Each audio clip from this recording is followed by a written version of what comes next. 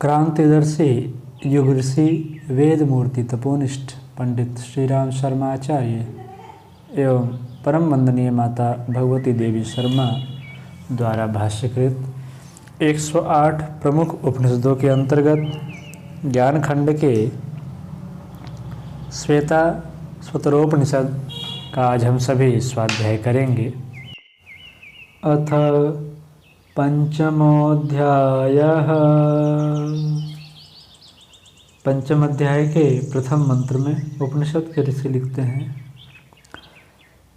कार्य अर्थात ब्रह्मा से भी उत्कृष्ट वह अनंत सत्ता अविनाशी है, जिसमें विद्या और अविद्या दोनों निहित है और जो प्राणियों की हृदय गुहा में निहित है। क्षरणशील अर्थात नश्वर तो अविद्या है और अविनाशी अर्थात जीवात्मा विद्या है। जो विद्या और अविद्या दोनों पर शासन करता है वह इन दोनों से भिन्न सत्ता है।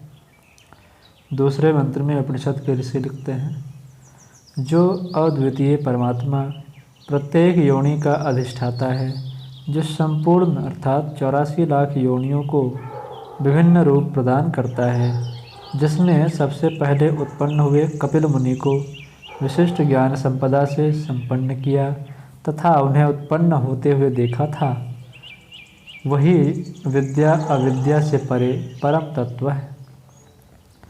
तीसरे मंत्र में उपनिषद के ऋषि लिखते हैं, यह प्रकाश स्वरूप परमात्मा सृष्टि काल में इस जगत क्षेत्र में एक एक जाल अर्थात कर्म फल बंधन को अनेक प्रकार से विभक्त कर स्थापित करता हुआ प्रलय काल में उसका संहार कर देता है। वह परमेश्वर कल्पांतर के आरंभ में प्रजापतियों की सृष्टि करके उन सब पर अपना आधिपत्य रखता है।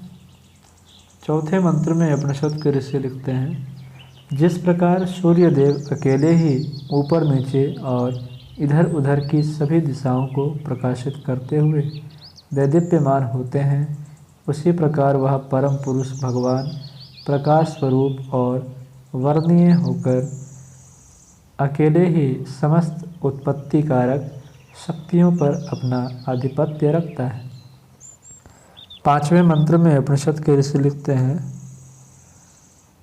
जो परमात्मा संपूर्ण जगत की उत्पत्ति का कारणभूत है, जो समस्त तत्वों के स्वभाव को परिपक्व करता है, जो समस्त पकाए गए अर्थात अथवा परिवर्तनशील पदार्थों को विविध रूपों में परिणत करता है, जो संपूर्ण गुणों अर्थात सत्व रजस तमस को उनके अनुरूप कार्यों में नियुक्त करता है, जो संपूर्ण जगत का अधिष्ठाता है, वह पर ब्रह्म है। छठे मंत्र में उपनिषद के ऋषि लिखते हैं, वह परमात्मा वेदों के गुह्य सारभूत उपनिषदों में निहित है। वेद के उत्पन्नकर्ता उस परमात्मा को ब्रह्मा जानते थे। जो पुरातन देवगण और ऋषिगण उसे परमात्म तत्व को जानते थे, वे निश्चित ही उसमें तन्मय होकर अमृत स्वरूप हो गए थे।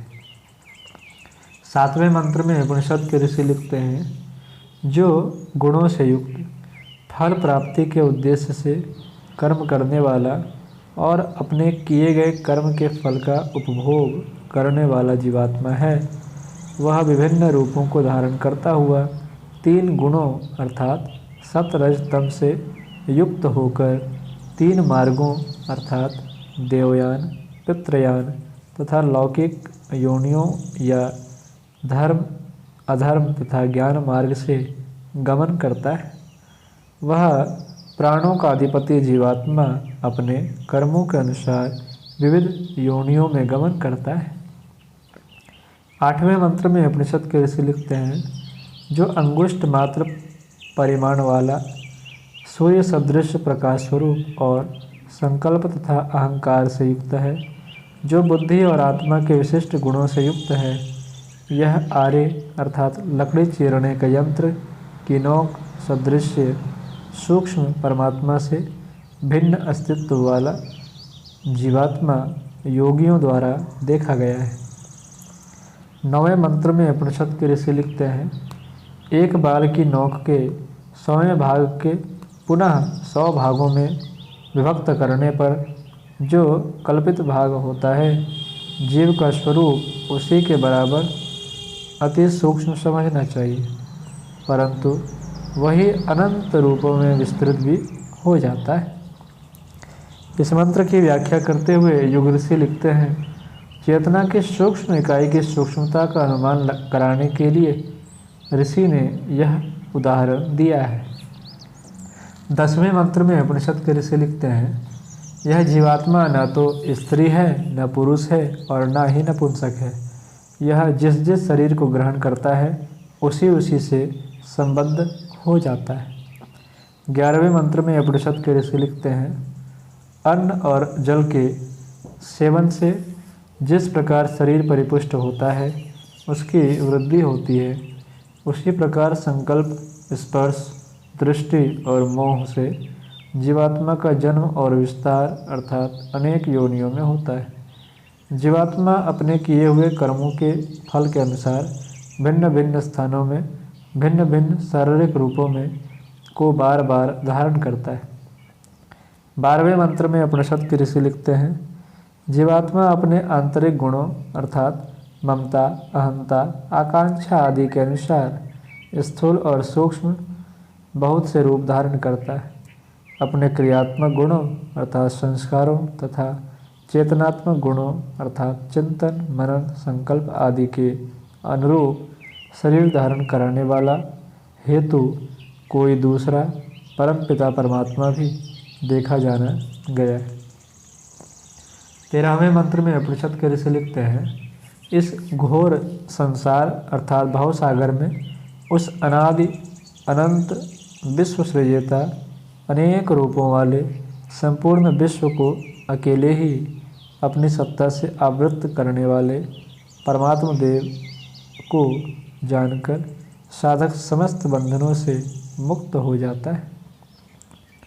14वें और 5वें अध्याय के अंतिम मंत्र में उपनिषद के ऋषि लिखते हैं, श्रद्धा भाव से प्राप्त होने वाले अशरीरी सृष्टि अर्थात भाव एवं प्रलय अर्थात अभाव करने वाले कल्याणकारी स्वरूप वाले कलाओं की रचना करने वाले उस देव अर्थात परमात्मा को जो साधक जान लेता है, वह शरीर बंधन अर्थात आवागमन चक्र को त्याग कर मुक्त हो जाता है।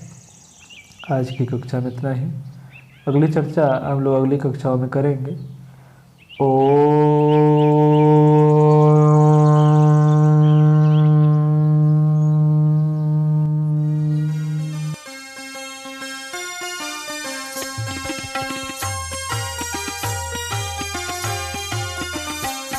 चलो गुरुदेव के सपने सजाने की शपथ ले लें।